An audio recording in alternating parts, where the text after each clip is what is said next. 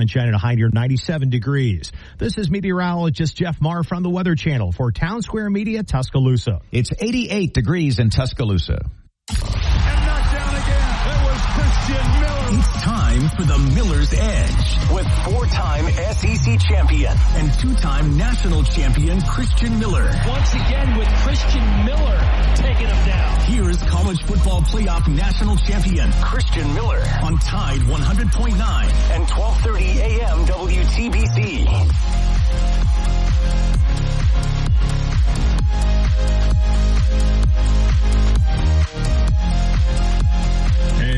Welcome into this Monday Madness edition of the Miller's Edge. Tide 100.9, 1230 WTBC. Hope you guys are doing well and hope you guys had a great weekend. It definitely was quite the weekend. Chase, we got to watch some wrestling. It's been hot as heck hot as all get outside. And yeah, man, I've just had a million things going on. But hey, the good news is got some yard work done, even though it was, blazing hot. Now I'm not gonna lie to you. I had to cut it short, man. I couldn't be out there too long.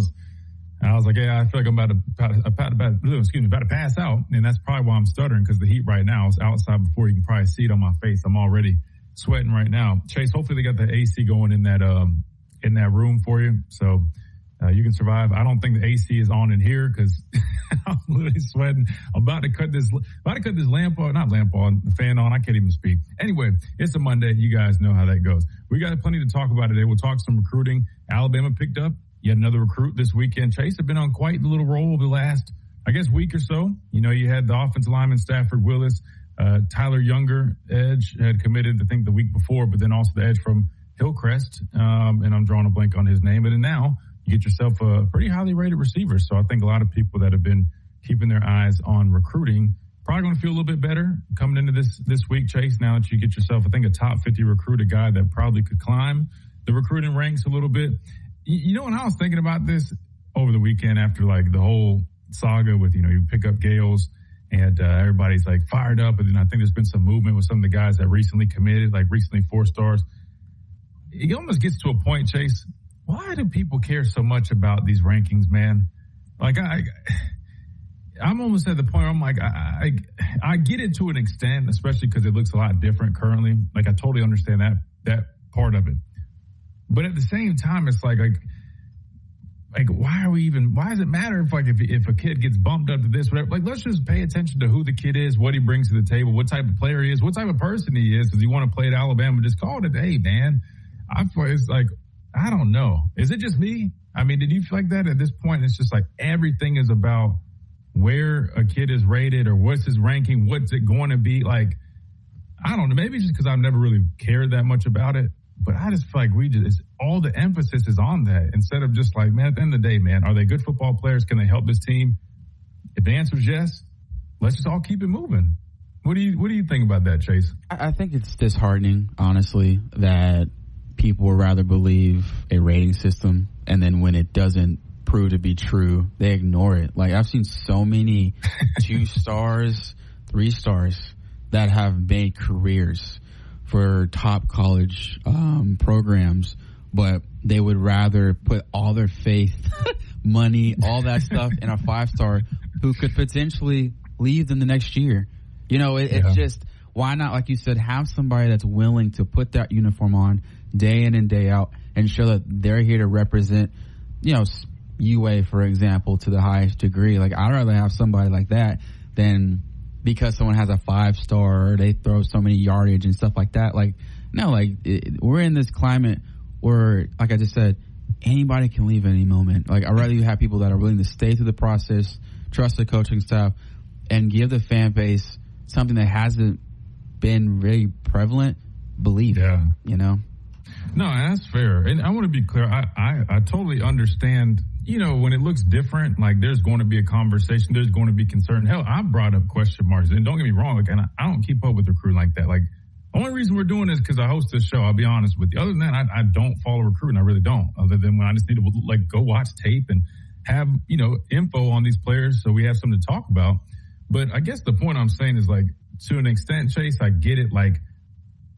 There's some merit in these rankings. Don't get me wrong. I think it is a fact. Kids that are rated a little bit higher probably have a little bit higher percentage of being more successful maybe in terms of their athletic careers. I'm sure the numbers would provide that 5 stars probably have a higher percentage at being, a higher draft pick or having a, NFL career compared to some of the lower ranked guys. But I guess the point that I'm making is I feel like I don't even want to say we, and I'm not trying to point fingers here, but I'm saying I have not become obsessed with it. But there's a lot of people that I feel like have just gotten so obsessed with where kids are ranked or rated to the point where we're like, and again, shout out to everybody. It's good information. Like, don't get me wrong, but I'm seeing like graphs and charts and, well, this is how many of this we have and that we have.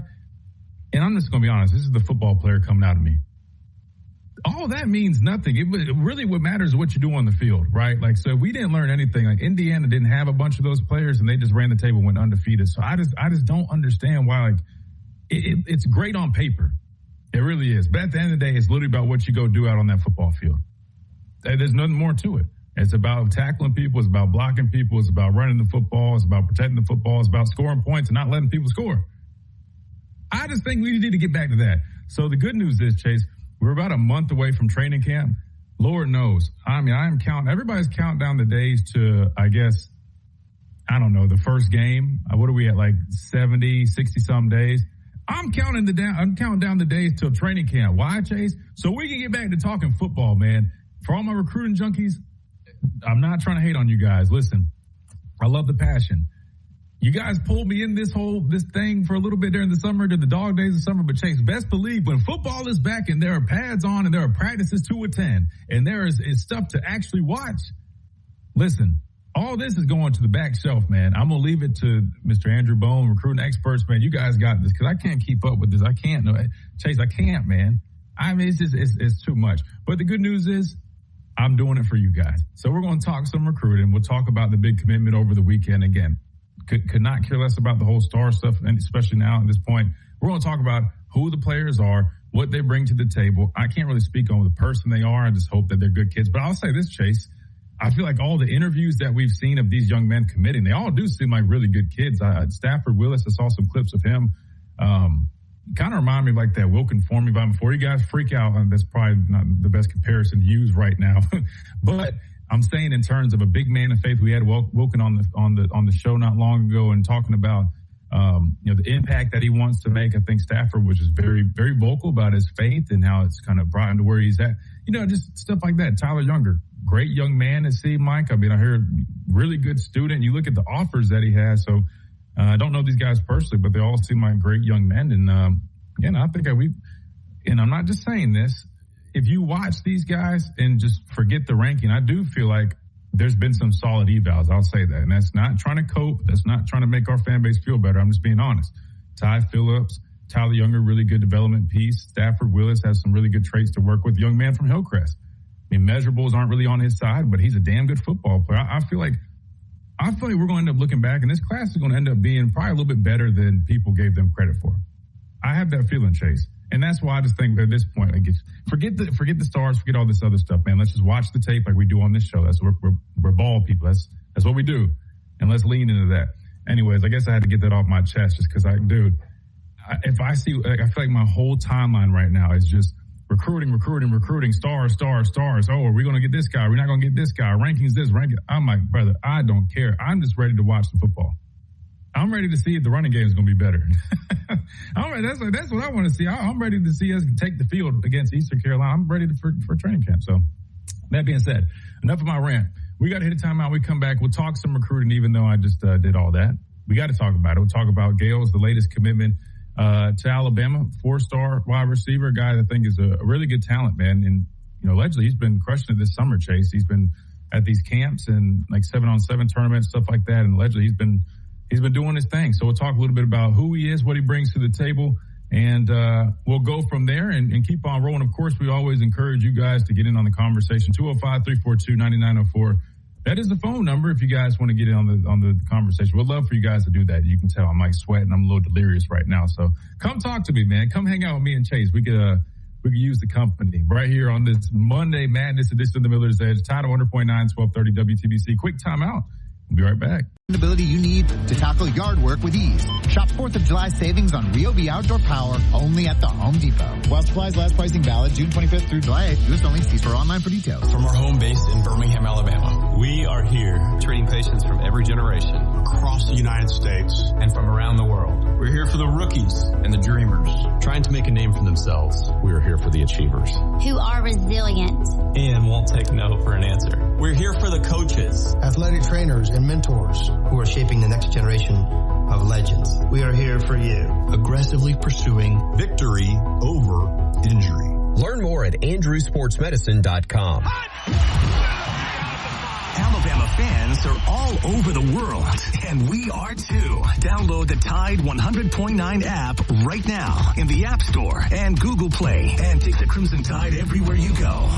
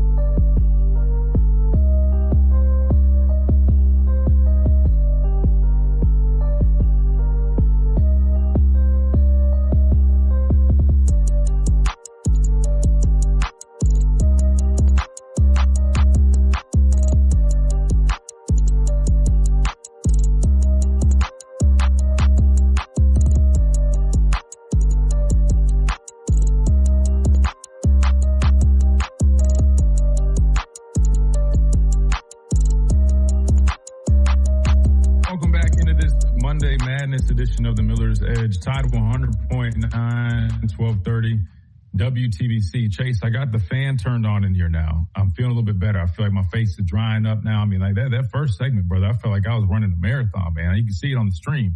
Speaking of the stream, if you guys haven't checked this out yet, come give us I guess I would say a follow or subscription, whatever. It's free on YouTube, on X, you name it, wherever you guys want to watch your podcasts or videos, man. We stream live every day that we do the show. Love to have you guys hang out with us. You can watch me and Chase in action, and you can always join the chat, leave your questions, comments, and concerns. And of course, we'll talk about it. You guys can talk amongst each other. So we always, and that end, did somebody mention free? It is absolutely free. A like is free. So check us out. All right. Let's talk about this weekend. But first, Chase, let's read some of these comments because we were kind of going on a rant about recruiting. It's a Monday Madness edition. I feel like that's very fitting. Before we get to that, let's see. Looks like everybody was on the same page. So I guess that's a good thing. I guess I was preaching some gospel. Smitty says Indiana's top 3 wide receivers in 2025 were lower rated wide receivers, but 2 got drafted and the other wide receiver will be a first rounder in 2027. Stars stop mattering once you step on the field, and he is absolutely right, 100,000%. You know, that's why my thing is like, man, let's just worry about what's going on between the lines. Like, and don't get me wrong, recruiting classes are important, but I mean, you got the transfer portal nowadays. Like, yes, you can ask questions. Yeah, you can, criticize a little bit, right? As long as it's not being disrespectful, but you can say, hey, we're not doing too great. That's just a fact. Like, that's one thing we'll do on this show, man. We're not going to sunshine pump. We're not going to just be negative for no reason, right? I feel like some people do that as well. We're just going to call a spade, right? The fact is right now the recruiting class isn't very hot.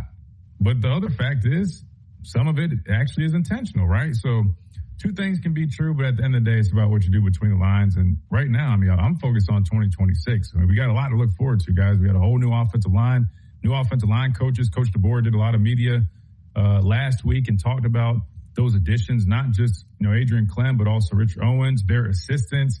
I mean, there's been a lot of stuff that's been put in the mix now. And for the biggest hurdle, which is, being more balanced offensively, having a running game, there's a lot to look forward to. So that's kind of what I'm paying attention to. But you're right about that, Smitty. Nick says it's the Saban effect on fans that are used to having nothing but 4 and 5 stars on the roster. which, again, I can understand that.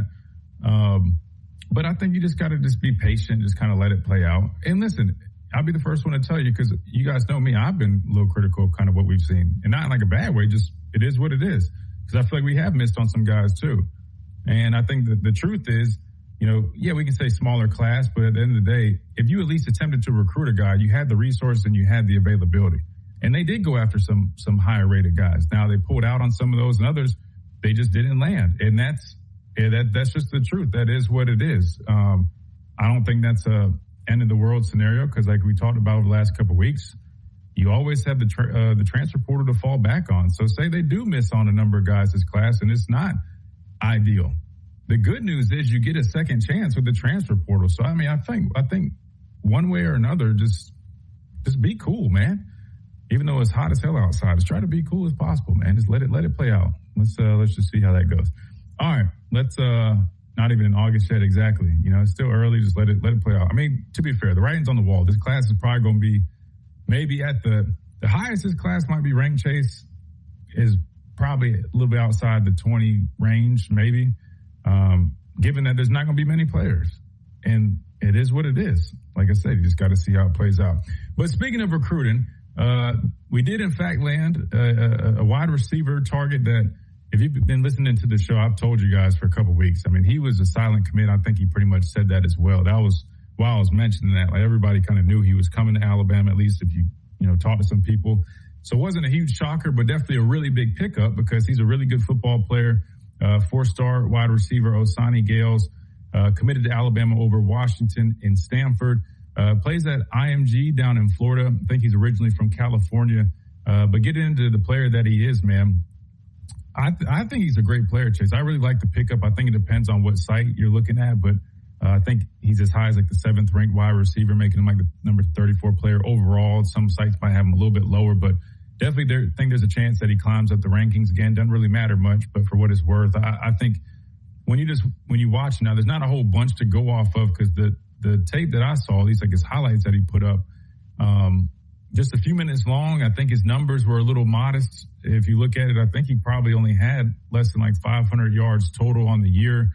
I think somebody mentioned, the offense that he plays in, it's not very, hold on, I'm going to put this on the screen so we can watch and make the decision.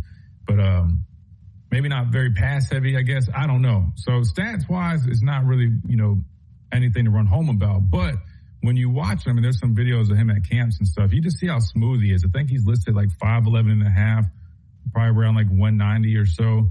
I think he's got some versatility. Definitely could play in that slot. He's very quick, has great short area burst, really good speed in general. You see him work a lot of, jet sweep stuff. He can move around. Appears to have good hands, good body control. His route running is very smooth. Overall, I just think he's a player that has that feel that he can come in, he can probably play early. Definitely going to give you some versatility, be able to use him at a number of different spots in that wide receiver room. And I think ultimately they got a really good pickup in Osani Gales. I don't know if this really affects sales. I know a lot of people are fired up about his recruitment and hoping they can maybe land him as well. But I think Gales, Chase, to me, I know there's been comps of like Malik Lemon, a lot of these guys that aren't like the bigger wide receivers, but have good speed, great route running. They can kind of line up kind of all over the place and really just make plays. And he kind of has that vibe to him, at least from what I've seen. Again, just a few minutes of tape that we've watched, but I think it's very solid. I'm excited to kind of see what his senior season looks like. Cause again, limited production as a junior, but I think the potential is there. I think it's more so probably just for whatever reason, how they're using them down there at IMG, just didn't have a whole bunch of stats, but we'll turn on some tape here in a little bit. I like the pickup a lot. I think he's going to come in here and probably be able to play early. You're talking about you lose Ryan Coleman Williams, I should say, more than likely. I know he's going to have extra eligibility, extra 2 years now with that 5-for-5 rule, but we all know he'll probably be gone after this football season. You'll have guys like CeeDee Lamb, some bigger body players as well, like Derek Meadows, and then you add a guy like Osani Gales in the mix, and still have probably Rico Scott still be around if he's on the roster, and of course Latia Brooks, right? So I think there's probably a little path for him to see the field a little bit early, but I think he'll fit in nicely in that wide receiver room, and I think they'll find ways to utilize him in his athleticism. And I think it's a really good pickup. Chase, you got any thoughts on Mr. Gales before we hit this break, man? I know I haven't thrown these highlights up. I'll do that during the break, but anything that you've seen? I know, as a matter of fact, we pulled up the tape when we were sitting over here watching wrestling, man. Anything come to mind when you look at Ossani Gales? I think he's going to be a story to be reviewed on. I think he can definitely make his mark. At UA, he has the pedigree. He has the stuff that can make a really, really great wide receiver. I'm seeing a trend with a lot of these wide receivers that are being recruited. It's that model that I think Saban had that were so successful, like Julio Jones and so many others that just wanted to play ball. They weren't about the flashy stuff. They weren't about things that we see nowadays with high schoolers. You know, they're looking to prove their name, and even, they don't matter how many stars they have to his name. That what I just saw, and even when I was hanging out with you as well, Christian, like it felt different. And I'm not saying that he's just going to just ball out and go Ryan Coleman Williams numbers, but just the look on his face, and he's looking like he wants to prove something. And I think that's been missing for a little bit. And I think that'll return, especially with this recruiting class. I'm liking the wide receivers that they're bringing in. I was going to say, I don't think anybody has, I mean, there's concerns over recruiting, sure, but when it comes to skill players, quarterbacks, receivers, hell, even the running back spot, I don't think anybody's ever been concerned about that. I mean, we've brought in a really good group of guys over the last couple of years, and I don't see any signs of that slowing down. But yeah, I know I like his fit as well. You know, like you mentioned, just his skill set, Chase. I mean, he's explosive. I mean, I think he's got great burst. His hands look solid. Just seeing what he can do with the ball after the catch is definitely a positive. We mentioned, you know, the jet sweeps, kind of being creative in that sense. You can kind of see him running some routes right here on the screen. But I think he's smooth, man. Smooth is kind of what comes to mind for me. I mean, this route running. Sometimes you see guys in high school, I mean, they got to, you know, figure out their route running. They got to work on some of the fundamentals and technical stuff. But he's just very fluid. I mean, I would say he's pretty polished for a younger guy, and I think he's only going to get better. And that's why it leads me to believe I think he can definitely probably play a little bit early, especially the wide receiver position. We know that's one of the spots that allows you to probably get on the field a little bit early. But overall, man, there's just a lot to like about him. And I think he's ultimately probably going to be one of the better receivers in this class, just going off of the traits and things that he's already shown. So really big pickup for Alabama. I know for the folks that keep up with the stars and the ratings and rankings, you definitely like this one. I want to say he's probably the second highest rated recruit now in this class. Second to Elijah Haven. So now you've got Elijah Haven, who's been turning heads at camps this summer as well, and Trent Seaborn for that fact. He's also been doing a lot of good. But you pair those guys up with a guy like Ossani Gales. I mean, I think the future is bright. Again, from that standpoint, I don't think anybody's got really any questions. For me, I think my biggest questions are, and I know they've recruited, you know, Michael Carroll, Jackson Lloyd. Those guys were top offensive linemen coming out of high school, but I think like defensive line wise, we brought in a number of guys last cycle, but I think for me, man, like I would love to see kind of some momentum in that department, like the trench area. I think that would give me, at least personally, a boost of confidence. Cause I have no concerns about us going after, I guess, skill guys, but trench players, man, I would love to see us kind of have a number of those guys. But then again, you got to weigh your options. Transfer portal might be better because that is a developmental position. Sometimes it's better to get those guys a year or two, I guess, into their careers. That way they can actually probably give a little bit more of an immediate impact. So we got to hit a timeout. We come back, we'll keep talking about this and more on this Monday Madness edition of the Miller's Edge. Tide 100.9, 1230. WTBC, quick timeout. Don't go anywhere. Want to get y'all's thoughts on Ossani Gales, the latest commitment to Alabama, when we come back right here on the Miller's Edge. Bluetooth kits and so much more. If your golf cart needs repairs, the pros at Dixie Custom Carts can handle the job. Dixie Custom Carts, Greensboro Avenue in Tuscaloosa. From our home base in Birmingham, Alabama, we are here treating patients from every generation across the United States and from around the world. We're here for the rookies and the dreamers, trying to make a name for themselves. We are here for the achievers, who are resilient and won't take no for an answer. We're here for the coaches, athletic trainers, and mentors who are 6829. That's 800-923-6829. What do you have to lose? Call 800-923-6829. Again, 800-923-6829. What does it mean to advertise and do your marketing with Town Square Media Tuscaloosa? Melissa started her business this in 2014. What would you say to someone considering Town Square Media Tuscaloosa? My experience with Town Square Media has been awesome, and I would definitely recommend it to anyone. I think that this is the first time in my marketing experience that I've been able to see my return on investment. I would definitely say in the past that has not been the case. In this, I like knowing that that's 100%. A lot of the marketing we've done has been radio. You guys have so much more to offer than that, whether it's, websites, from targeted marketing to radio. You are kind of a one-stop shop, and it makes doing marketing so much easier. So I would definitely recommend it. For more info on marketing with Town Square Media Tuscaloosa, call 205-345-7200 or click on Advertise with Us on our website. The best station in the state, breaking down Alabama sports. Tide 100.9 and streaming on the Tide 100.9 app.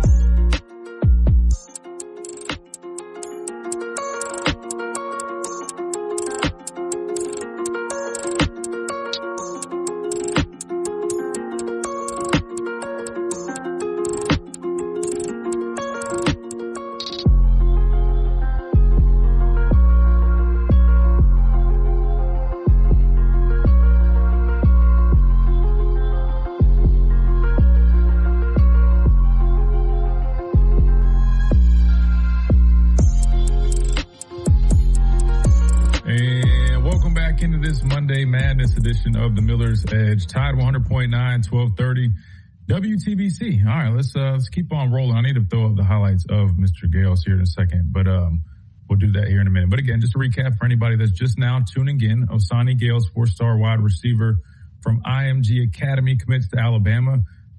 We've been giving you guys the heads up. He was a silent commit, so not the biggest shocker there, but nice to see it officially done. Now, again, we got to get the signing day. We all know that, but I think he's pretty locked in with Alabama. I would be shocked if anything changes, and I'm excited. I think it's a really good pickup, and I think he's going to be a really good football player down the road in Tuscaloosa. Chase, real quick, I know this is a random note, and we'll get back to football here in a second. Did you see what the Warriors are trying to do? Have you seen the news on that? No, tell me about it. What's up? Dude, so I forgot to mention this in the first segment. I don't know, because we've been talking a little bit of basketball here, and I promise we'll get right back to football, but this just popped back up. We were talking about LeBron, kind of what we think he's going to do. Allegedly, man, it's from Yahoo Sports, so I don't think it's fake news. Warriors are allegedly attempting to trade with the Wizards for Anthony Davis and then go sign LeBron James. When I read it, I was like, hold on. So you're trying to have a reuniting party with LeBron and AD, but in Golden State with Steph. Now, I did see Draymond just officially opted out of his player option, so I don't know if he would want to be a part of that. I thought him and LeBron are cool, but yeah, anyway, I just saw that and I was like, well, that would be crazy. Now, I don't know if it happens, but what do you think, Chase? You think that ends up happening, LeBron and AD pairing up for the Warriors, Golden State? The Lakers would have to receive a boatload of draft picks and is LeBron a free agent though, or no? It's unclear right now. No. Yes, he is an unrestricted free agent. So yeah, I was about to say I couldn't remember if I think he might be. Somebody said too old. Fromm said AD's a weak link. Yeah, LeBron is a free agent. Yeah, so I was about to say I think he's a free agent. I know a lot of people think he might end up back in LA. We'll see. I know some people were saying that, I forgot who it was, but they weren't interested in maybe paying all that for him. Because, LeBron's older, but he ain't going to be cheap. I'll be honest with you. I think this would be a star-studded group, but I feel like injuries and health would become a problem. AD, man, bless him. He's one of the best basketball players in the league, but he can't stay healthy. And then LeBron's getting older, and he's got to take care of himself. He's been rock solid his whole career, but with age, you start having some things pop up. So Steph's older. I think it would be cool as hell to watch, but you look at the teams that are having success right now. You see a lot of these younger teams have started to kind of, rise up, and hell, you know what I mean? Like, look at the Spurs, their young team. I mean, OKC, right? I mean, there's a lot of teams out there with younger players. I feel like we're kind of seeing that shift now. The other big thing that happened in the basketball world, since we're just talking about this real quick, we'll get back to football. LaMelo Ball, man, he's teaming up with my guy Ant-Man. Now, I think that's fire. Now, it's a PR nightmare because both those guys literally say whatever's on their mind, which is a little bit dangerous, knowing that they're about to be in the same locker room. But I thought that was fire, though, seeing those two guys. I think that backcourt is going to be dope. You got any thoughts on that one before we move on? I love that. I love it. I love for LaMelo because you talk about the Charlotte Hornets, and for a team that barely saw any wins 2 years ago to beating the Heat in the play-in tournament to get to the playoffs, I think it's big for LaMelo to start fresh. You have a young core in Minnesota, even though you're right, Ant-Man is a PR disaster, literally just any waking second on Twitter. But that's a dynamic that I don't think people can really stop because they're both fast, they're both ball handlers, they feed off each other, off their players too. So I think it'll be a good tandem. They have a good core, Rudy Gobert, and I believe Naz Reid is, I think he's there. I don't know if he's there anymore, but you said it beautifully, Christian. It's not about max teams anymore, superstars aligning. It's all about the young core. The Spurs, OKC, so many other teams that made far, they have a young core that are actually relying on their draftees. They're relying on their coaching to get them there. And maybe that's good for the NBA. But to kind of bring it to a close, I think it's going to bolster Minnesota potentially to a Western Conference Finals, because I think that was the missing link for Ant. Because if you looked at the playoffs this year and last year, he had to take on a lot of the load, and that kind of wore down on his body. And you need a 1A, 1B type of tandem to get far. Like look at the Knicks, Jalen Brunson, OG Anunoby, Cat and how he played, and even Jose Alvarado, who's like 5'4", but because they had pieces that complemented the team, they won their first championship in over 50 years. So I think I like that shift though.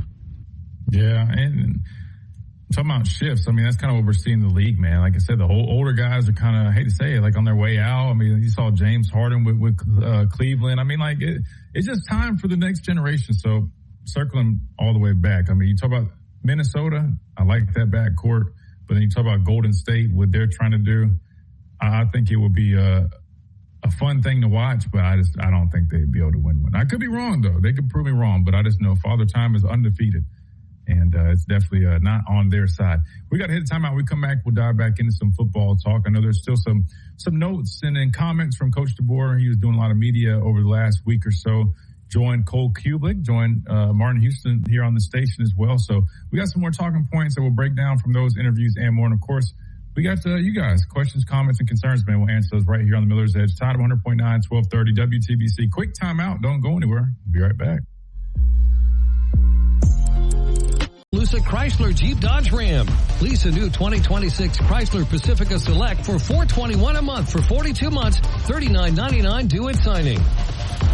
Hey, it's Christian Miller, and I wanted to tell you about our friends over at Lamparello Law, Education and Advocacy. Founded by attorney and professor Adam Lamparello, helping students at every level with mentoring, exam prep, applications, and career planning. Adam also represents students, faculty, and athletes in academic misconduct, First Amendment, NIL, and criminal defense cases. Known for real care and relentless advocacy. For guidance you can trust, call 201-317-5115 or visit Lamparello-law.com. That's Lamparello Law, Education and Advocacy. Proud partner. Our home base in Birmingham, Alabama. We are here treating patients from every generation across the United States and from around the world. We're here for the rookies and the dreamers trying to make a name for themselves. We're here for the achievers who are resilient and won't take no for an answer. We're here for the coaches, athletic trainers, and mentors who are shaping the next generation of legends. We are here for you, aggressively pursuing victory over injury. Learn more at andrewsportsmedicine.com. What does it mean to advertise and do your marketing with Town Square Media Tuscaloosa? Melissa started her business in 2014. What would you say to someone considering Town Square Media Tuscaloosa? My experience with Town Square Media has been awesome, and I would definitely recommend it to anyone.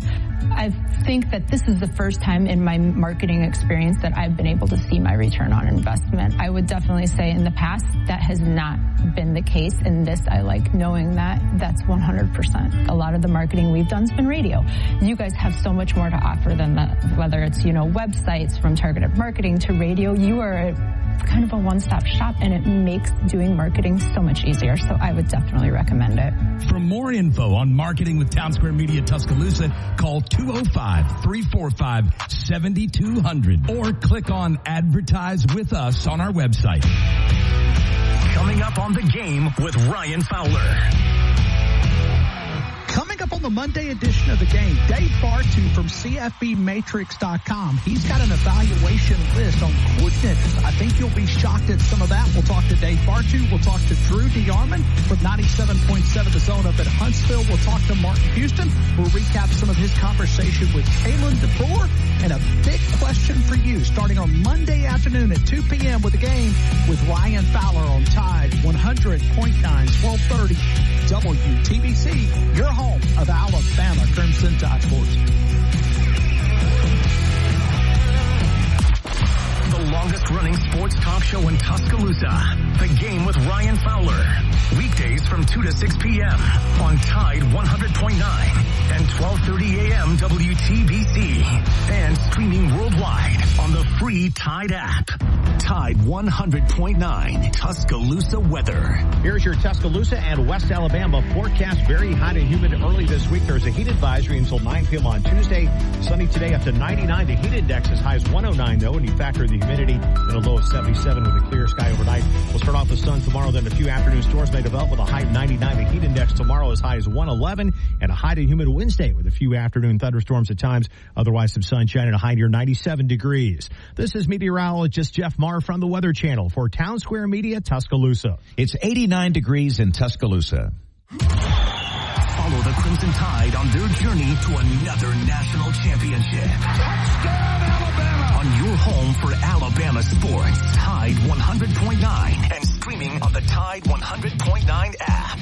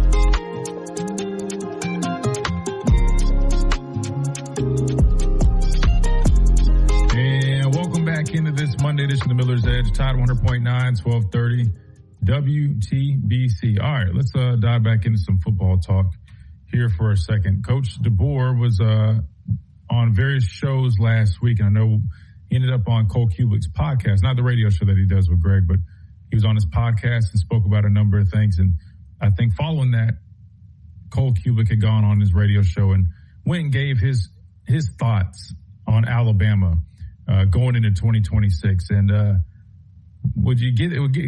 guess what, Chase? You know, a lot of stuff he said, it's funny how he came away with a lot of similar conclusions as me, but we'll see if people run to message boards and cry and complain about your just analysis of players from a portal, because you'll hear Cole Kubiak. He literally says pretty much what I've said, and it's just funny how two football minds come away with very similar conclusions. But I thought it was a very, very good perspective from Cole, and this was coming after he spoke with Coach DeBoer. So this was this was Cole Kubiak on Alabama and why he believes the run game should be a little bit more consistent this fall. And I do think Alabama has gone and found some folks that will help this part of their football team be better. Now, do I think that the offensive line collectively is more talented? I'm just going to be honest with you. No, I don't. Just pause that real quick, because Chase, when I made that comment just out of the portal season, that was when everybody had a problem with they're making it seem like I'm a hater or something. But I'm saying, I'm like, just respectfully, just like going off of my evals, again, just watching tape. And I didn't even say it like just straight up, they didn't get better. I just said I can't definitively say right now with them just immediately coming here that we just got better. I couldn't say that because I didn't see it, right? This was me being honest. What I did say is I do feel like they have potential, and I think you're just leaning into that part of it, that, hey, we got a lot of players out of the portal that can help us and that can be good players. But currently, as it stands, I don't think that's who they were just yet, especially going on. I mean, last year, as bad as we were, I mean, you had talent. Parker Brailsford, you go watch his tape, and that's why Cole is probably saying this. He knows Parker Brailsford was one of the best centers in college football. Turn on the tape, it will show that. And granted, he was injured down the stretch, but ultimately, he was one of the better centers in the country. Caden Proctor, for the struggles that he's had, don't get it twisted. I mean, he still is a first-round player now. He's going to get moved to guard, and I think he'll be a lot better. But, I mean, you got a first-round player at left tackle. You got a really good player and an NFL draft pick at center. Michael Carroll ended up being a freshman All-American. You had guys like Dewberry and Vandermark kind of sprinkled in there. But still, the point I'm making is you had talent last year, but they didn't get the best out of those guys. And so when you fast forward to now, Cole is an offensive lineman himself, right? The reality is these guys can end up being better players down the long run, but currently they're young, they're a little green, and you're probably not going to be, at least initially, at least early in the season, as talented of a group. That's just the facts. However, you'll hear what he says that's really important. It's not always about that. So let's let the rest of the clip play. I don't think that it's just more talented. Now, good news is that doesn't always matter. That's not always what makes a good or great offensive line. But we've talked about Kalen DeBoer going and getting a couple assistant coaches on board.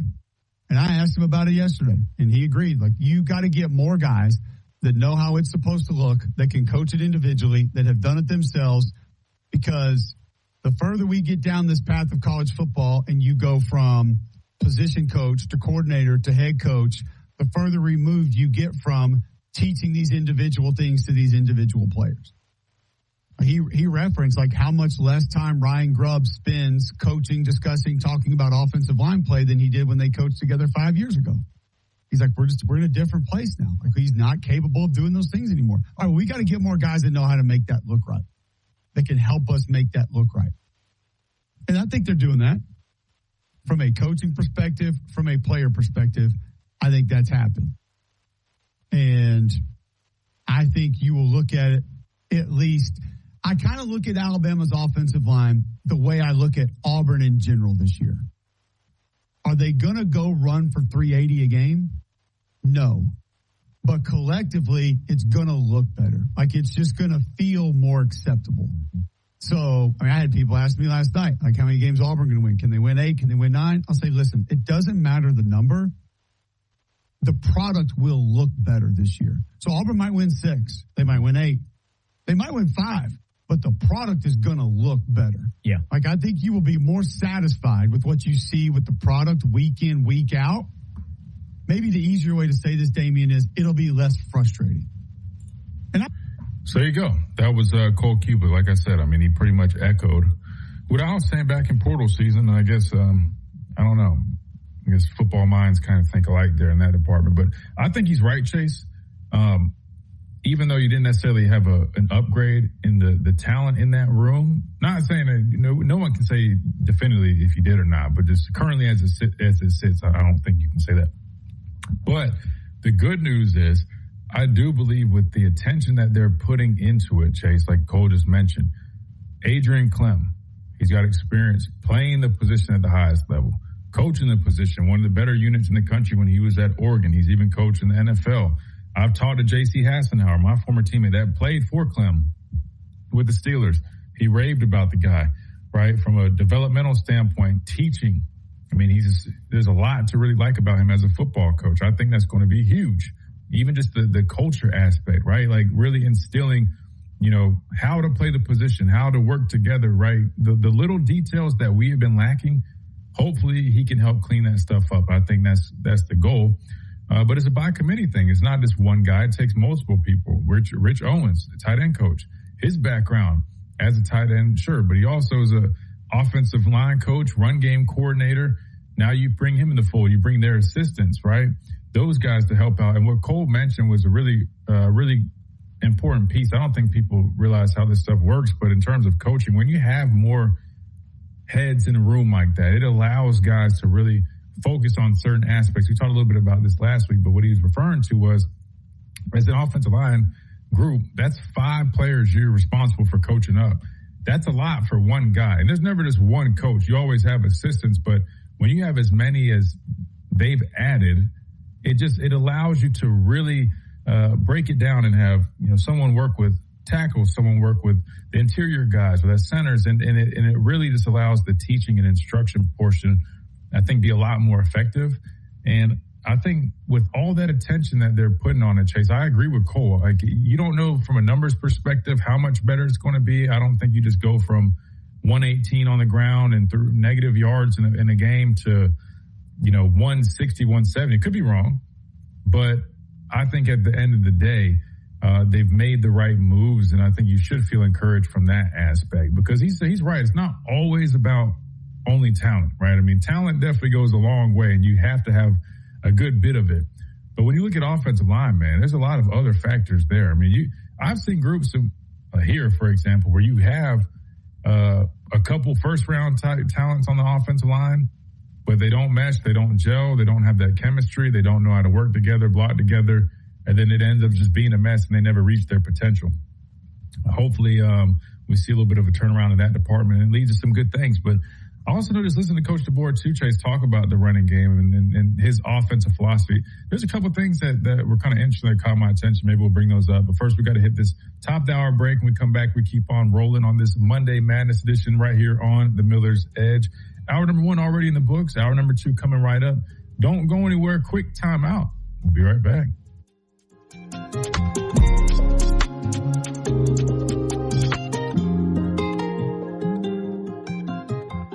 WTBC Tuscaloosa and W265CG Tuscaloosa, a Town Square media station. Tide 100.9 and streaming on the Tide 100.9 app.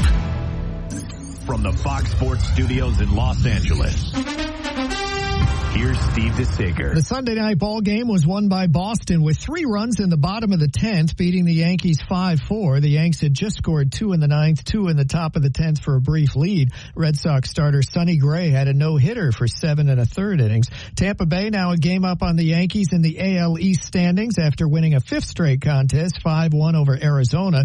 The Dodgers were 4-2 winners at San Diego. San Francisco edged Atlanta 3-2, so the Braves' lead in the NL East is down to 3 games over the Phillies, who won 5-4 at the Mets. Kyle Schwarber hit his 30th home run. The World Cup's round of 32 started with a Canada victory, 1-0, eliminating South Africa on a goal in the 92nd minute. The next U.S. game is Wednesday night against Bosnia and Herzegovina in the Bay Area. The PGA event in Connecticut will finish Monday morning with a playoff. Scotty Scheffler against Victor Hovland. NASCAR win for Shane Van Gisbergen. Hey, it's Christian Miller, and I wanted to tell you about our friends over at Lamprello Law, Education and Advocacy. founded by attorney and professor Adam Lamparello, helping students at every level with mentoring, exam prep, applications, and career planning. Adam also represents students, faculty, and athletes in academic misconduct, First Amendment, NIL, and criminal defense cases, known for real care and relentless advocacy. For guidance you can trust, call 201-317-5115 or visit Lamparello-law.com. That's Lamparello Law, Education, and Advocacy.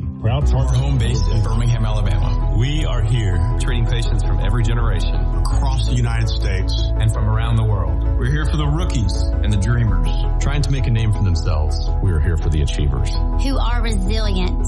And won't take no for an answer. We're here for the coaches. Athletic trainers and mentors who are shaping the next generation of legends. We are here for you. Aggressively pursuing victory over injury. Learn more at andrewsportsmedicine.com. What does it mean to advertise and do your marketing with Town Square Media Tuscaloosa? Melissa started her business in 2014. What would you say to someone considering Town Square Media Tuscaloosa? My experience with Town Square Media has been awesome, and I would definitely recommend it to anyone.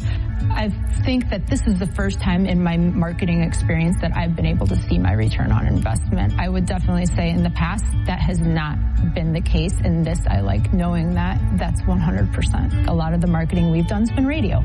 You guys have so much more to offer than that, whether it's, websites, from targeted marketing to radio. You are kind of a one-stop shop, and it makes doing marketing so much easier. So I would definitely recommend it. For more info on marketing with Town Square Media Tuscaloosa, call 205-345-7200 or click on Advertise with Us on our website. Coming up on The Game with Ryan Fowler. Coming up on the Monday edition of The Game, Dave Bartu from CFBmatrix.com. He's got an evaluation list on coordinates. I think you'll be shocked at some of that. We'll talk to Dave Bartu. We'll talk to Drew DeArmond with 97.7 The Zone up at Huntsville. We'll talk to Martin Houston. We'll recap some of his conversation with Kalen DeBoer. And a big question for you starting on Monday afternoon at 2 p.m. with The Game with Ryan Fowler on Tide 100.9, 1230 WTBC. Your home of Alabama Crimson Tide Sports. The longest running sports talk show in Tuscaloosa. The Game with Ryan Fowler. Weekdays from 2 to 6 p.m. on Tide 100.9 and 1230 a.m. WTBC. And streaming worldwide on the free Tide app. And knocked down again. That was Christian Miller. It's time for the Miller's Edge with 4-time SEC champion and 2-time national champion Christian Miller. Once again with Christian Miller taking him down. Here is college football playoff national champion Christian Miller on Tide 100.9 and 1230 a.m. WTBC.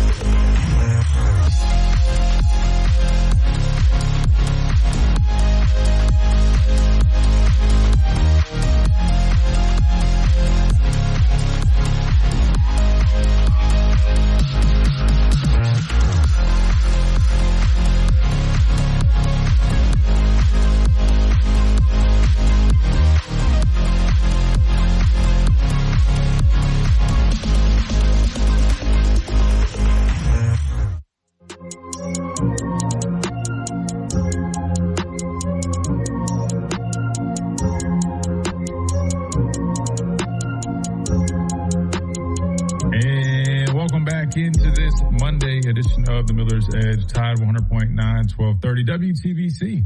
Let's do this. Let's start hour number 2, Chase, with a phone call, 205-342-9904. We always got our guy Smitty ready to rock and roll. Smitty, welcome in. How's it going, gentlemen? How was your weekend? Man, it was not bad, man, not bad. I got to watch some wrestling, man. Me and Chase watched was it Night of Champions, even though it was like during the it was a little weird here. And then I watched NXT last night, and actually it was a good event too, man. So a weekend full of wrestling, did some yard work, man, and pretty good, man. How's everything?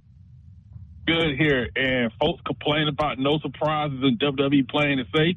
Sami Zayn won a title, and these folks still complaining. He can't win. Can't win. But it's just like recruiting, man. You can't win. Yeah. And here's the thing, right, with recruiting. And I got a football question to ask you after this, but I brought up Indiana because Surratt, the one, he was like a fourth rounder. Omar Cooper's a first rounder, and Charlie Becker is going to be a first rounder. Those boys, I could count on one hand how many passes they dropped. They did their jobs. But the thing is, when people talk about 4 and 5 stars, part of that is also evaluated because how many 4 and 5 star offensive linemen that we had since, I would say 2021, that didn't live up to the billing. But I'm not blaming solely Coach Saban on that because part of the evaluation process is your coordinators, your assistants. Because even at the very end, Nick Saban did not miss on DB, even at the very end. So sometimes your assistants have to be good at evaluating as well. And I like what Cole said about the talent. Because I think Alabama has a lot of young talent, and we'll see how it goes offensive line. But the thing I look for is, can you do your freaking job? Can you get to the second level for once, in the run game? Can you block your man, do your assignment? Because everybody loves talking about Indiana, but they had a simple concept that Bill Belichick uses. Do your job. To do your job. And I think that is one thing with this offensive line. And Coach DeBoer did everything he could so far to try to address that issue. Now, will it work? We'll see, but you got to give the man credit for trying because a lot of fans don't realize how important the tight ends are when it comes to the run game and blocking as well. Mm-hmm. No, you're right. I mean, I agree, and I like the group of tight ends that we have this year. I think Caleb Edwards is a really good player. I mean, we got to see now. Yeah, and then he to me, he's always been more of a pass catching tight end, even though he's got a bigger body. He's built more like your true Y.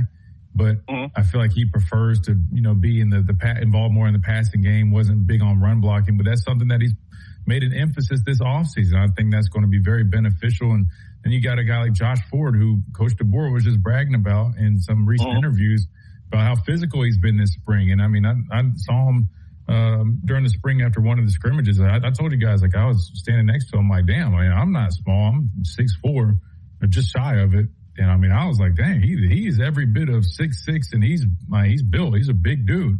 And you talk about adding him into that mix. And if you can get Danny Lewis healthy, I mean, he's probably gotten passed up a little bit at this point, but I still think it's nice to have that in the room from a physicality standpoint. And then even guys like Marshall Pritchett, I think they're making some nice strides as well. So a very important position, but I also think a position that might be a little underrated right now on this roster. You don't hear a whole bunch about them, but I think they could end up showcasing their abilities respectively in that room. And I think they actually have a solid tight end room right now.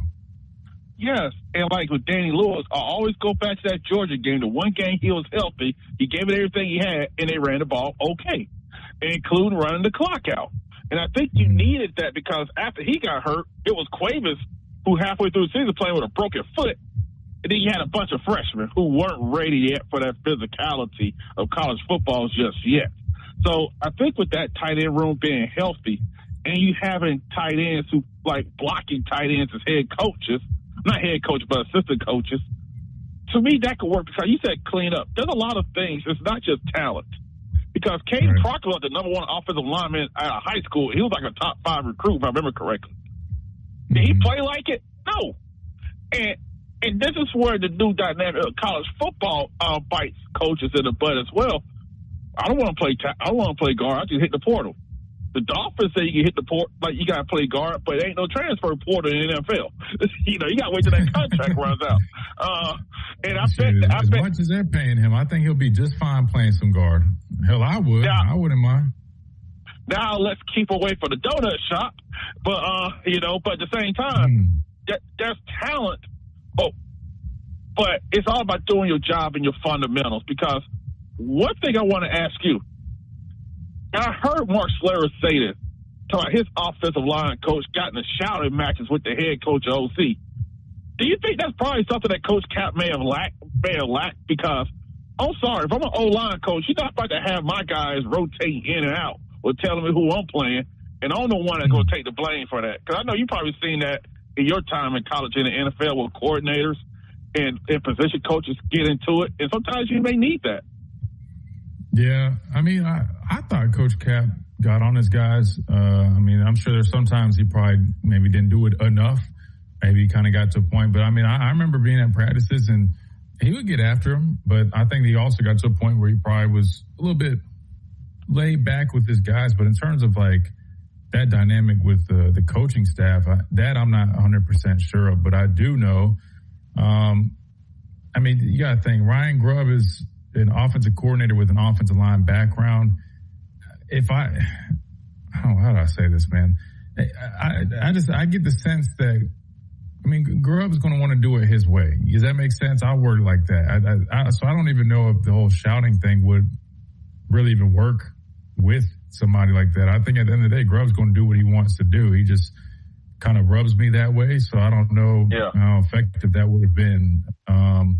But that's why I'm hopeful that seeing all these new faces now, like, now it's not just one guy, right? I mean, you're talking about just Coach Cap, but now you add all these other individuals in that. Hell, even Derek Nix, the wide receiver coach, he has a background as a running backs coach, so I would imagine you know, he probably could add some input. Like, hopefully there's a group effort in solving this problem. Does that make sense? Because I think that's probably what's needed at this point, to try to figure out, because it's not just the talent. I mean, I'm telling you, you go out and watch the tape. I mean, a lot of it was a lot of little details that weren't being done. A lot of it was not even having that right mentality. Like, I mean, you know how frustrating it was watching? I'm like, man, like, you got to get tired of just, you know, you're getting blown off the ball, right? Like, as offensive lineman, you want to get pushed. Why are y'all not, like, ticked off right now? Why are y'all not mad? Like, y'all are getting bullied right now. Then it's just like just walking back to the huddle like it's all, you know what I mean? Like, they want that attitude. So hopefully they're addressing those pieces, because I think that alone will solve a lot of the, I guess, some of the shortcomings that we've seen with the running game and just the whole, I guess, demeanor of it. Can I ask you a question before you go? I know when you talk about defensive linemen and pass rush, you talk about heavy hands. Can you tell us what you mean exactly by, like, the heavy hands and what that means to everything? Yeah, that's a great question. Yeah, so heavy hands just means, like, I mean, you have violent hands, right? I mean, sometimes you see guys that don't even use their hands at all, right? They got to kind of learn. When we talk about hand usage, I mean, when you talk about pass rush and offensive linemen and defensive linemen working, it's like hand combat, right? Almost like you're doing like jiu-jitsu or something. And so when I say heavy-handed individuals, man, that's when you're pass rushed. I want to see, like, you know, breaking their elbows down, like violently chopping hands, violently working with your hands, or even just like when you're in the running game.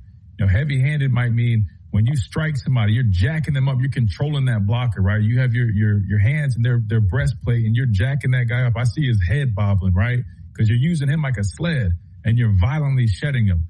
It's just a demeanor that you have to have when you're playing. And heavy-handed guys just typically, like we always say, beat the hands, beat the man. I mean, it's an art to it. So that's pretty much what it means. I mean, in the pass rush, is basically you're working your hands, you're violently breaking down the offensive lineman's hands. Then in the run game, I want guys to look like they're a sled. I want to see their head bobbling because you're just jacking them up. I want to see you throwing them to the ground. That's what a heavy-handed individual pretty much means. So think of your guys like those physical edge setters, right? And you just know, like, when they really strike somebody and they got that extension, I mean, and they're ragdolling people, that would be a heavy-handed individual. You know, does that make sense? Yeah, I got you there. Yeah, just want to learn something new today. And one thing you said before I go that made so much sense. They talk about, like, the offensive lineman getting beat. And it reminded me, if you're not embarrassed as a player, because I think sometimes the coach will give you some things, but sometimes it's in you as well. And I use a coaching example. When Tennessee dropped 52 on Alabama, Coach Saban didn't say it, but you could tell that he was embarrassed and humiliated on national TV. What happened next year? Tennessee didn't score as many points, did they? You know, it's same offense, a lot of the same players. Because maybe that's something the coaching staff kind of evaluated some of these guys. Hey, these guys weren't even embarrassed. We got the freshman out here being physical and nasty. He's playing the wrong position. You know, and I just think sometimes that stuff goes into play. And maybe these guys may not be as talented, but if they're physical, little nasty, it get embarrassed if they get beat. Maybe that's what we need more than anything. Forget the stars. I want someone who gives a crap. And that may be something like coaches may have evaluated. They just won't say it because they don't want to throw the kids under the bus. But hey, I know you're up against it. Thanks for taking my call as always. You guys do great work. Absolutely, man. I appreciate you, Smitty. Good stuff, man. Yeah, another thing I'll add real quick, Chase, for this break. We talk about heavy hands, like that punch, right? I mean, you could be like an offense lineman with heavy hands. Like you watch his punch, his strike. That's the word I was looking for. Like you can just tell. Like it's hard to explain, but like that, it's almost like the head bobbling back. Like you see somebody punch right when they're coming out, that ball snapped. I mean, you see somebody's head get knocked back because of the force with that punch. Those are heavy handed. Like I'll give you some examples. Some heavy handed guys I played with. The heavy handed guy, I mean, like DJ Petway has some heavy hands, man. I mean, DJ Petway would be like, when he got to that long arm, I mean, he would be choking guys out. Like, I mean, you just see their head just flying back. I mean, he just had such a strong strike and punch. Lester Cotton. You guys remember big Lester Cotton from Tuscaloosa? Man, Lester was a heavy-handed individual, man. Lester, he was one of those, those two-hand punch guys when it came to pass pro. And if he got his hands on you, Chase, you're going to feel it, man. Felt like you had like buckshot going through your chest. If Lester got a hold of you, man, it's wraps. So that's what I mean by heavy hands. You can see it on the tape, man. A guy just violently ragdolling people. You got to strike a punch to him. That's heavy-handed, which I think is Beverly. Is that his last name? The young man from Hillcrest. He kind of has that to him. You watch him strike, man. He's a heavy-handed individual. So, all right, let's hit a timeout. We come back. We keep on rolling on this Monday edition of Miller's Edge. Tide 100.9, 1230, WTBC. Quick timeout. Don't go anywhere. We'll be right back.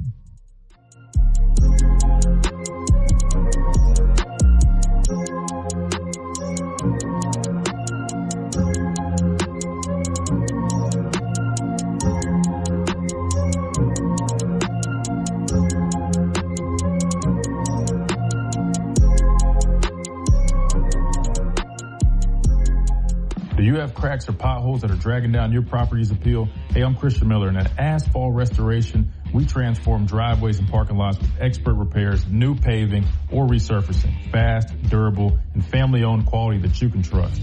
Don't let small issues turn into big expenses.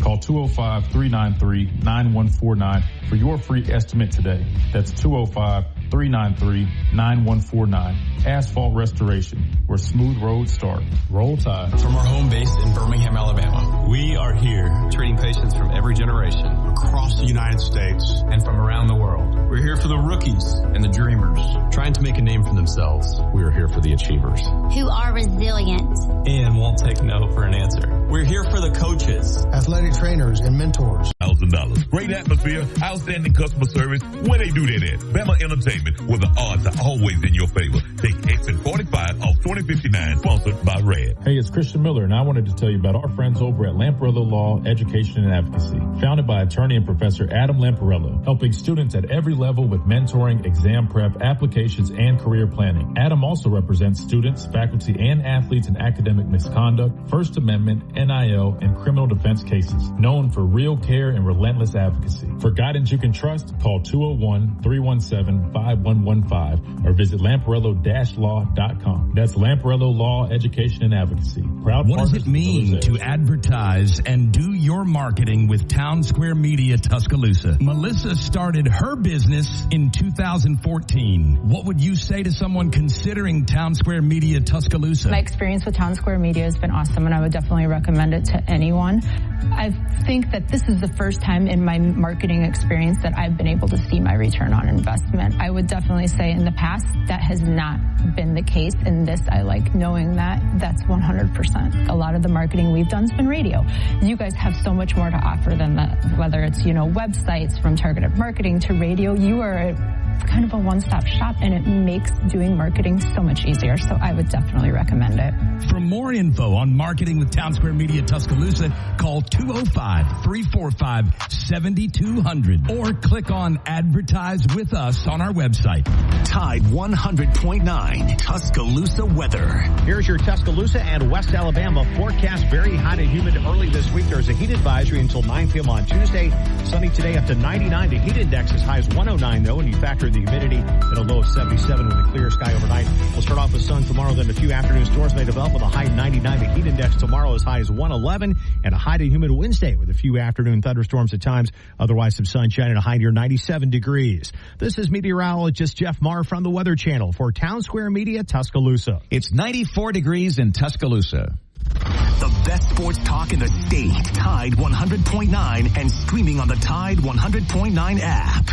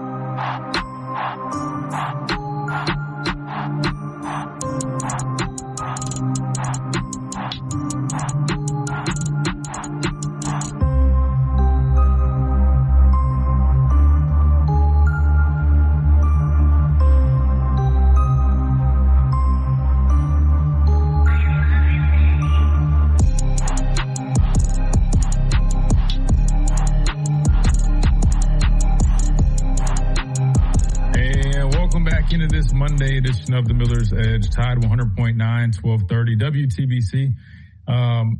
Chase, I don't know if you saw this, and I don't know if this is legit just yet, but we've been talking a lot about Sorsby, so I wanted to throw this out there because I saw this over the weekend and thought this might be something just to bring up or throw at you guys. So remember, the NFL sent out the memo. They weren't doing the supplemental draft. No more, I guess, NFL hopes. As of now, he's going to have to put that on pause. But we also heard that the CFL, which we mentioned, maybe that would be something that he could explore. Maybe try to take a shot at the CFL and the following year, I guess, NFL. That's a no, because the CFL also came out and said that they would not be allowing him to be signed by any team.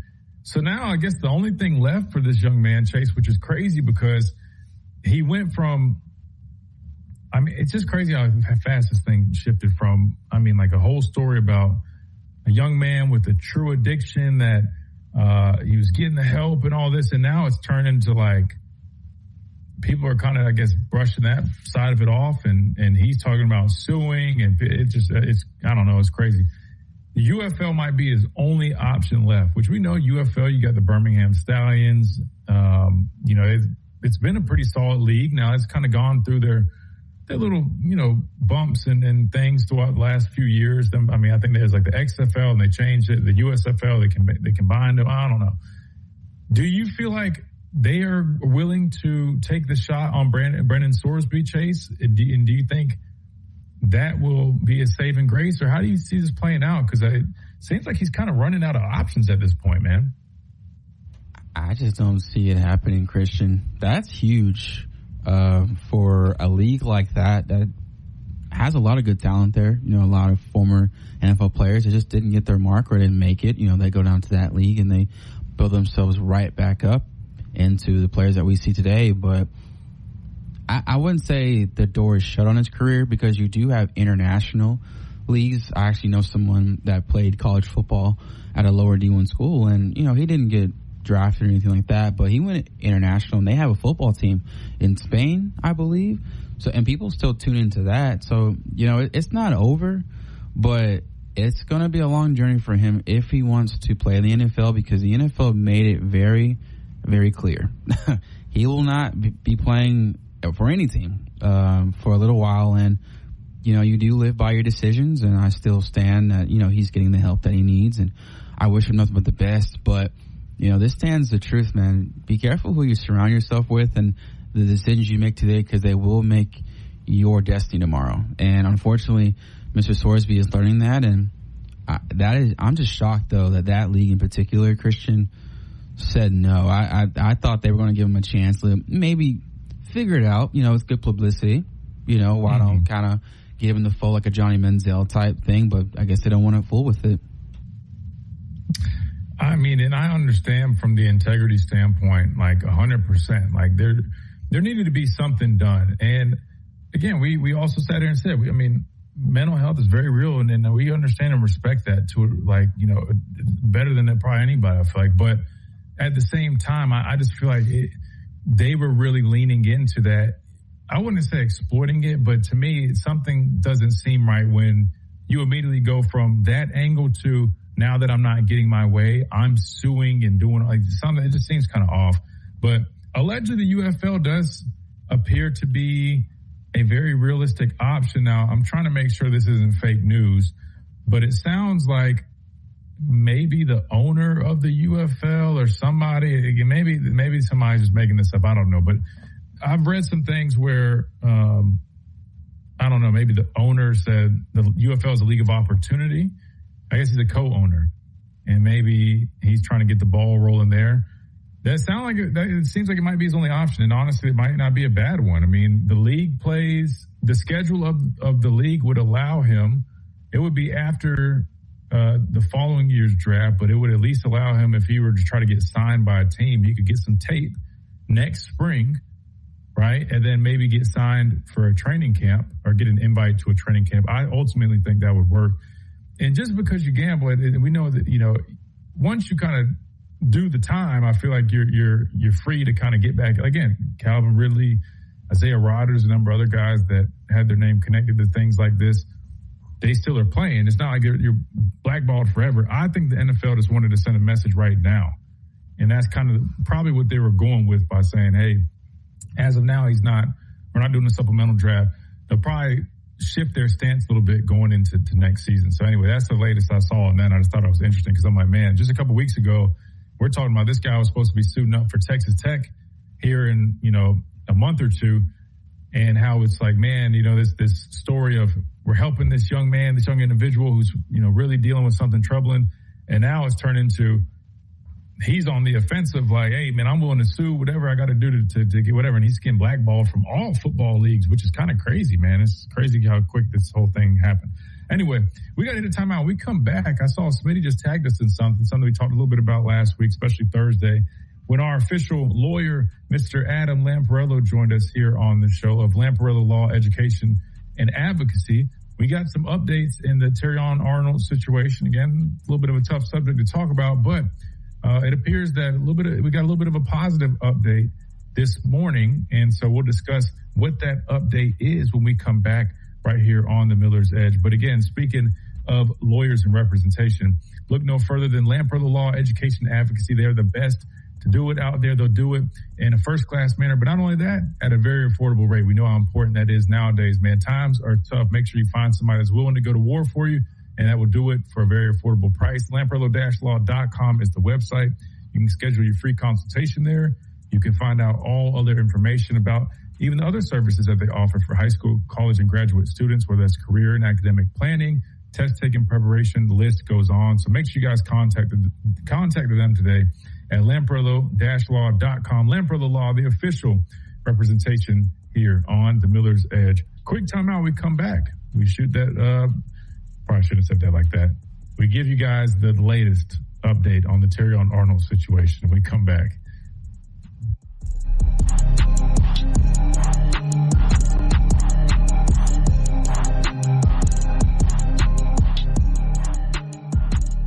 From our home base in Birmingham, Alabama, we are here treating patients from every generation across the United States and from around the world. We're here for the rookies and the dreamers trying to make a name for themselves. We are here for the achievers who are resilient and won't take no for an answer. We're here for the coaches, athletic trainers, and mentors who are This is what happens when you don't sponsor your job on Indeed. Next time, get matched with quality candidates with Indeed sponsored jobs.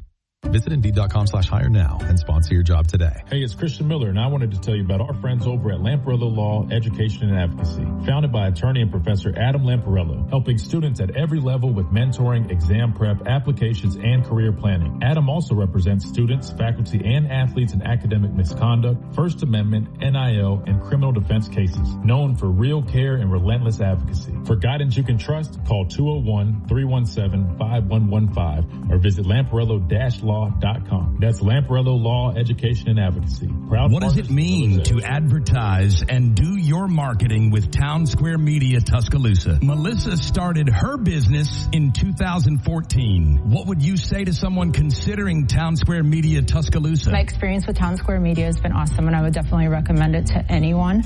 I think that this is the first time in my marketing experience that I've been able to see my return on investment. I would definitely say in the past that has not been the case. In this, I like knowing that that's 100%. A lot of the marketing we've done has been radio. You guys have so much more to offer than that, whether it's, websites from targeted marketing to radio. You are kind of a one-stop shop, and it makes doing marketing so much easier. So I would definitely recommend it. For more info on marketing with Town Square Media Tuscaloosa, call 205-345-7200 or click on Advertise with Us on our website. Do you have cracks or potholes that are dragging down your property's appeal? Hey, I'm Christian Miller, and at Asphalt Restoration, we transform driveways and parking lots with expert repairs, new paving, or resurfacing. Fast, durable, and family-owned quality that you can trust. Don't let small issues turn into big expenses. Call 205-393-9149 for your free estimate today. That's 205-393-9149. Asphalt Restoration, where smooth roads start. Roll Tide. Hey, it's Christian Miller, and I want to tell you about our great friends over at Brian Harding Construction. Located in the heart of Tuscaloosa, Brian Harding Construction is woman-owned and strong as steel. A specialty manufacturing firm with expertise in structural steel fabrication, ASME code piping and vessels, CNC machine work, welding, laser cutting, pipe fitting, industrial maintenance, and crane rentals. With a proven track record of over 30-plus years of experience, no one is better fit for the job. For an evaluation, contact Brian. Quick, it's easy, and it's free.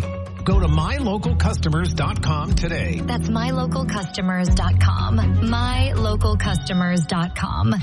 Catch every game and every moment right here. This is your home of Alabama sports. Tide 100.9 and streaming on the Tide 100.9 app.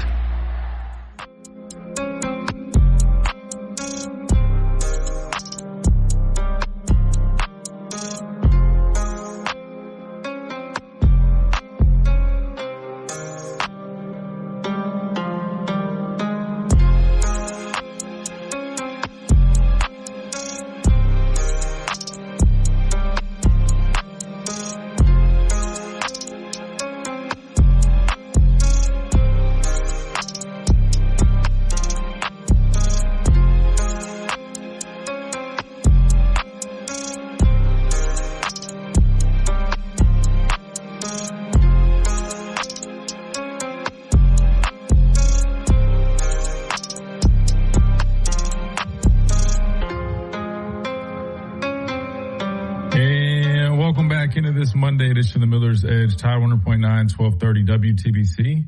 Let's shift gears a little bit here, Chase. So we got an update with the Terrion Arnold situation. We talked a lot about it last week with our guy, Mr. Adam Lamparello, our official lawyer. Remember, check them out, lamparello-law.com.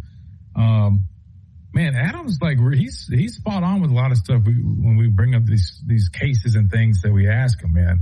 But one thing he mentioned, Chase, if you remember, was about the fact that it's really going to be about, how do you say it? I guess discrediting the other, individuals involved, because to be fair, like you'll hear in a second from this clip, I think one of the biggest things tying Terrion to the situation, really, if you go back to when this came out like months ago. Remember?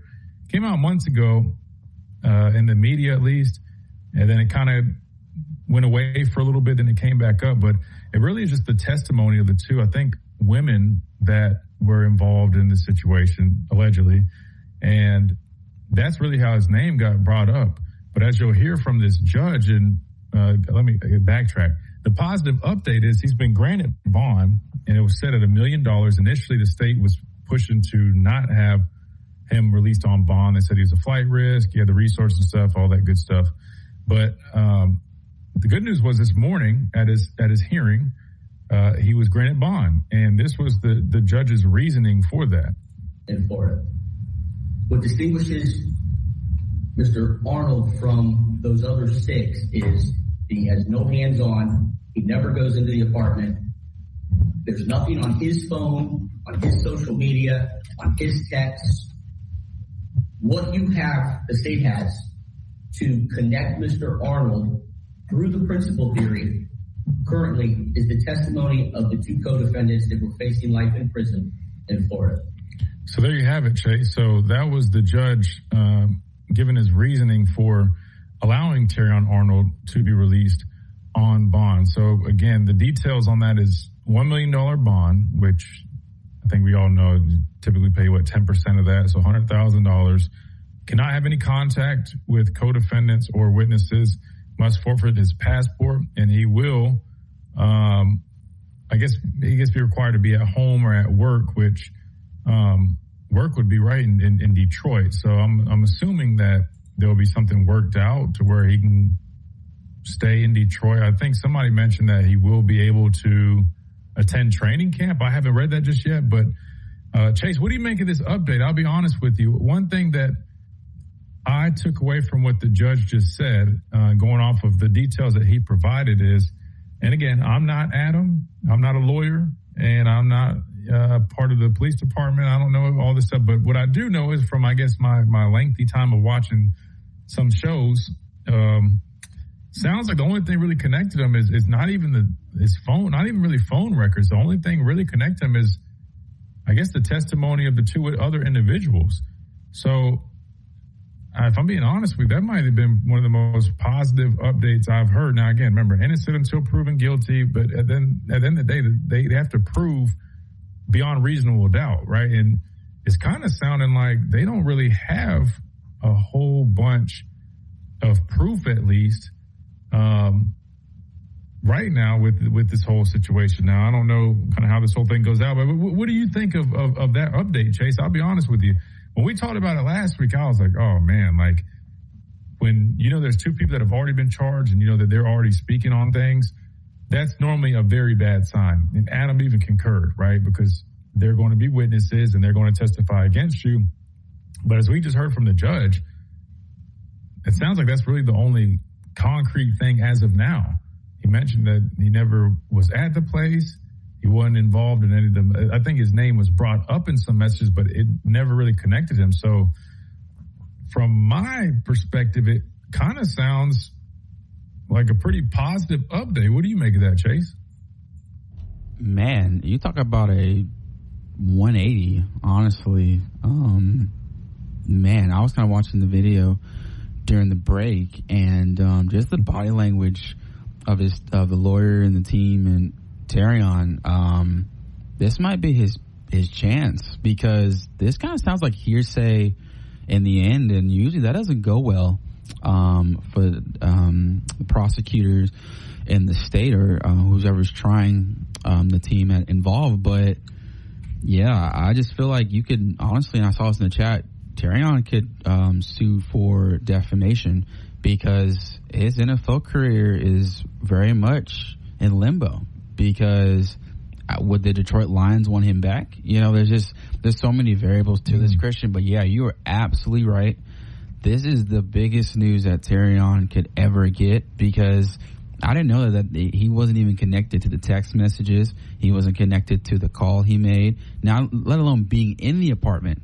That's even huge for him. So yeah, I think the way this case, in my opinion, right, mind you, I'm not a lawyer. Adam has a lot of legal stuff to it, but the way it's looking, Terrion might get off in this, and he might benefit because, like I said, a defamation might be in order because of what it's caused, because all the social media that has been brought up on this, and Terrion is really affected by this, I would say.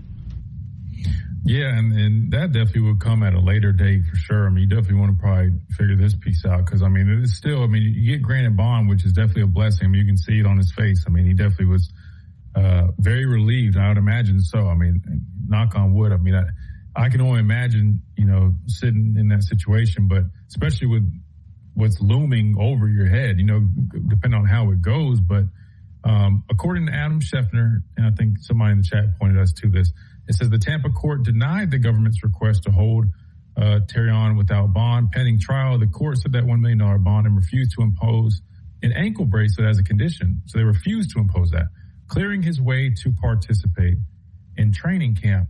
But I think it's going to be interesting, Chase, because I think that really depends on how the Detroit Lions go about this situation, right? Because, or even the NFL, I guess, for that matter. Now, again, we all know innocent until proven guilty. And what we just heard from the judge, I mean, it sounds like right now it really does look like a case of, he said, she said kind of deal. Granted, I mean, I'm sure there's probably some more details, but as of now, what's come out is it just basically going off what those two individuals said, which really is in his favor right now, like tremendously, but much different. I have a much different outlook on this now than I did last week when we talked about this. That said, do you think, Chase, the Detroit Lions will allow him to go through with, team activities and all this while this, I mean, because we know that the system probably takes a while. I mean, do they even announce an expected trial date? I mean, that could be a year. It could be two years from now. Do you think in the meantime, you think Detroit supports him and allows him to participate? I'll be honest, as somebody who personally, I don't even know, Chase. I mean, what do you think? I don't know either, Christian. I think it's a risky move, and I don't think one player makes their organization. They have so many other players that they can rely on. And this absence of Mr. Arnold and their DB room is pretty strong. They did pretty well last year in holding up their defense. So I think it's just you still support Terrion in this situation if you're the organization of the Detroit Lions, but you do it strategically so you don't get hit. Because at the end of the day, he is an employee for you, and he represents you, and you have to take this lightly because any wrong move, and now you're in the center of it. Now Adam Schefter is reporting what you've got going on, and that's the last thing you need right now for, I would say it was a subpar year for the Lions last year. But yeah, I don't risk playing Terrion. I'd rather play him when he's cleared, where Roger Goodell is cool with it, and there's so many other things they have to go through, rather than making that move and now you go into a legal battle where you have to vacate games. There's so many things that goes into this that it could get sticky. Yeah, and I think that's probably definitely going to be considered. I mean, you look at, I guess, the history of some other stuff. I mean, there's been a number of players that have been charged with things or accused of things, and typically the teams, I feel like, take a patient approach, and they kind of let the facts come out and let things play out, and then ultimately make their decisions from there. So I'm sure that's probably going to be the case. But if you're talking about like taking part in like training camp and stuff, that is kind of interesting. I'm trying to think. I mean, we got to hit a timeout. Maybe I'll look it up during the break, but I don't know. I'm like, have we heard of a guy? I mean, I know was Rashee Rice, receiver for the Chiefs. I mean, I'm pretty sure he had that legal stuff when he was, it's like that accident that he got in, and he still was participating, doing things, and then ended up being fine. I know that's a little bit different than what we're talking about here, but I don't know. But what I do know is that sounds like a pretty positive update, in my opinion.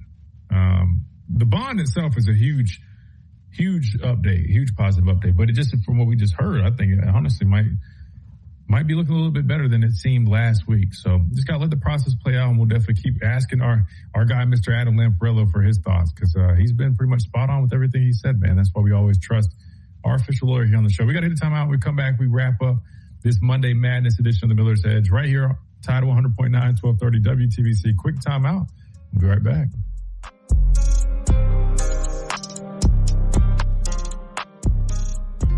Do you have cracks or potholes that are dragging down your property's appeal? Hey, I'm Christian Miller, and at Asphalt Restoration, We transform driveways and parking lots with expert repairs, new paving, or resurfacing. Fast, durable, and family-owned quality that you can trust. Don't let small issues turn into big expenses. Call 205-393-9149 for your free estimate today. That's 205-393-9149. Asphalt Restoration, where smooth roads start. Roll Tide. From our home base in Birmingham, Alabama, we are here treating patients from every generation across the United States and from around the world. We're here for the rookies and the dreamers trying to make a name for themselves. We are here for the achievers who are resilient and won't take no for an answer. We're here for the coaches, athletic trainers and mentors who are shaping the next generation of legends. We are here for you, aggressively pursuing victory over injury. Learn more at andrewsportsmedicine.com. Coming up on The Game with Ryan Fowler. Coming up on the Monday edition of The Game, Dave Bartu from CFBmatrix.com. He's got an evaluation list on coordinates. I think you'll be shocked at some of that. We'll talk to Dave Bartu. We'll talk to Drew DeArmond with 97.7 The Zone up at Huntsville. We'll talk to Martin Houston. We'll recap some of his conversation with Kalen DeBoer. And a big question for you starting on Monday afternoon at 2 p.m. with The Game with Ryan Fowler on Tide 100.9, 1230 WTBC. Your home of Alabama Crimson Tide Sports. The longest running sports talk show in Tuscaloosa. The Game with Ryan Fowler. Weekdays are available now. Let us exceed your expectations at Mercedes-Benz of Tuscaloosa. Mercedes-of-Tuscaloosa.com. Mercedes-of-Tuscaloosa.com. The flagship station for Alabama Crimson Tide Sports. Tide 100.9 and streaming on the Tide 100.9 app.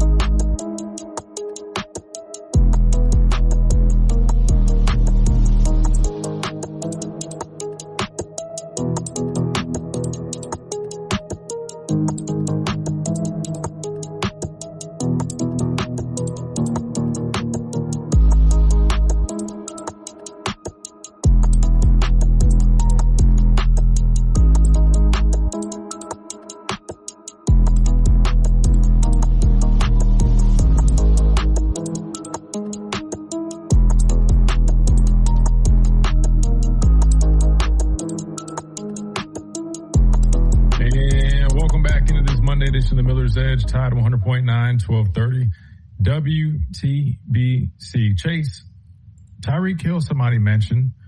I think he's kind of had some issues. And I mean, there's been a number of NFL guys that have found themselves in situations, and I don't think they've necessarily immediately been suspended. I'm just trying to think about in terms of like the process of it, meaning like while they're doing their investigation, like, weren't those guys still playing during that time? Like Tyreek Hill or any other player? Like, were they suspended while they did the investigation? They were able to come back when they finished it? Or was it just like they briefly suspended them and then they still were working while it was being worked out? Do you remember or recall on any of those? I do not. I have to double check on that, but I know it wasn't a good situation with his playing time for sure. I'm pretty sure Rashee Rice was with the Chiefs was playing while he was kind of going through his legal stuff. Like, I think they suspended him initially, but then when he came back, he still was playing and while he still was working out his stuff. Now, maybe the severity of the charges matter. Somebody said, where's Adam when we need him? And would love to hear Adam's opinion on this. Oh, we're going to get it. Don't worry. Maybe what we can do is maybe we can ask Adam to join us Tuesday this week instead of Thursday, since this is a pretty big update. Because I'm curious, too. I mean, when we get off the show, I'm probably going to shoot Adam a text. I mean, hell, we can do it right now. He might be busy. Adam's had a lot of business recently, which is really good. But I do want to hear what he says about it, because I think he's going to agree with us that it's looking a lot better now. I just want to know, like, what this process looks like in the meantime. I guess the good news is he's cleared to go back to play and training camp and do all that, which is really just a blessing for him, Chase. Just think about that, man. Like, if it didn't go this way this morning, I mean, he would have been forced just to be sitting behind bars. And Dude, there's cases now, especially in Florida, that I've seen. Like, there's cases where guys are sitting there years, man. Not just in Florida and other, people are waiting years for their trial. And they haven't even officially been proven guilty. So, I mean, a huge blessing in itself to be able to go back to work, go back to do all the things that he does while this works itself out. And just got to pray that it ultimately ends that way and kind of go from there. But, man, that was definitely an interesting update. I wasn't expecting that this morning, but definitely have a much better outlook on that. We got a few minutes left as we wrap things up. I was going to throw this here at you, Chase. Remember we were talking about the financial side of things last week, sorry. Jalen Hurts, they broke down his first $1 million that he spent, right? I don't know if you guys have seen these videos that they do. Smart dude, man. I wouldn't expect anything less from Jalen. We were talking about this last week about managing money and all that stuff. Of course, man, my guy Jalen, man, he set the tone. Listen to how he did his first $1 million, and we're proud of him, man. Here's why. Philadelphia gear, when I first got my money, $1,000. And got me some real jewelry. Ordered me some stuff offline, some clothes. I'd give me some shoes, probably like 25 to 30. I'll put up 30. 30,000 my first year of fashion. For charities and giving back for my rookie year, $60K. That's what matters the most. For rent, Wi-Fi, phone bills, all this different stuff, $30,000 this year. So obviously, as a professional athlete, you have people that work for you and do things for you, and it don't come free, So for my agent, my financial advisor, I spent about $20 my rookie year. I've spent $20,000 on business fees this year. Taking care of my body for my rookie season, so $10,000 for training and self-care.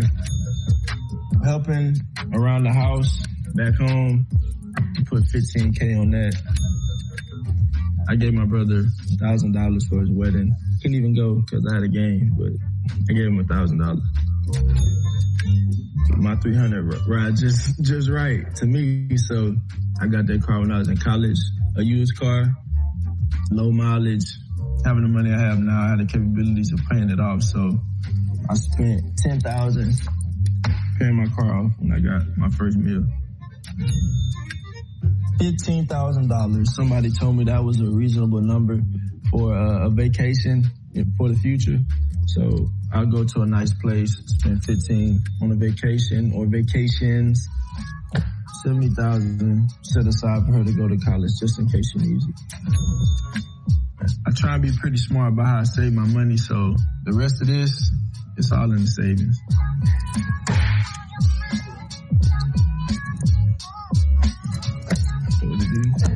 Savings. All this money here, it went to savings. If I could give any advice to a rookie coming into the NFL, having this amount of money for the first time ever in your life, be wise with your choices and decisions. Smart man. So there you go. First meal and 700 and something thousand, it looked like, went to now. Only thing I would say, Chase, is instead of just savings, which I know he's just saying savings probably, I'm sure somebody's helping him invest it, but I would say invest. Savings now, if you ain't got, maybe a high yield savings, a little bit better than some, but still 3%. I mean, it's better than nothing, but you invest, you're talking about you can make a lot more than that. Just do it smartly. Do it in a very, very smart way. Anyway, that will do it for this Monday edition, and we'll be back tomorrow for a Talking Tuesday edition. Plan on having Clint Lamb join us per usual at the top of the hour. Big thanks to Chase behind the glass. Big thanks to all you guys tuning in via radio, Tide 100.9, that app, of course, on all our streams. We appreciate you guys. This was a fun one today, very fun one. A lot of stuff we got to cover, and look forward to doing it again tomorrow. Hope you guys have a great rest of y'all's day, and we'll see you guys then right here on the Miller's Edge. Tide 100.9, 1230, WTBC. Have a great rest of y'all's day, and we'll see you guys tomorrow.